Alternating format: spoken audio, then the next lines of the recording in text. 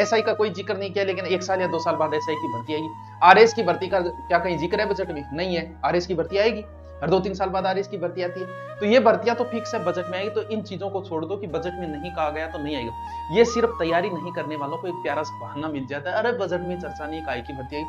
अरे भैया, तुम्हारे सामने अगर आपने 2-3-4 साल से अगर आप तैयारी कर रहे हैं, बोले टीचर भर्ती की कर रहे हैं या किसी और की, तो आपके सामने से कई भर्तियां निकल चुकी हैं, और अगर आप ऐसे ही लगे रहे तो कई भर्तियां और निकल जाएगी। तुम्हारी उम्र कोई 200 साल 300 साल नहीं है, ना मेरी उम्र कोई 200-300 साल है।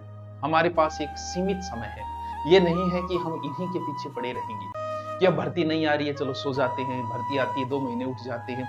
पशु परिचर की जब भर्ती आई इतना माहौल था, और कहीं ना कहीं मुझे ये लगता है कि हम टीचर अगर माहौल बनाते हैं तो आप पढ़ते हो, वरना पढ़ते ही नहीं। पशु परिचर की भर्ती आई तो हम टीचर लगे हुए थे वीडियो बनाने में, इससे संबंधित पर्सन ये चल रहा था, टेस्ट सीरीज, सब बच्चे पढ़ रहे थे।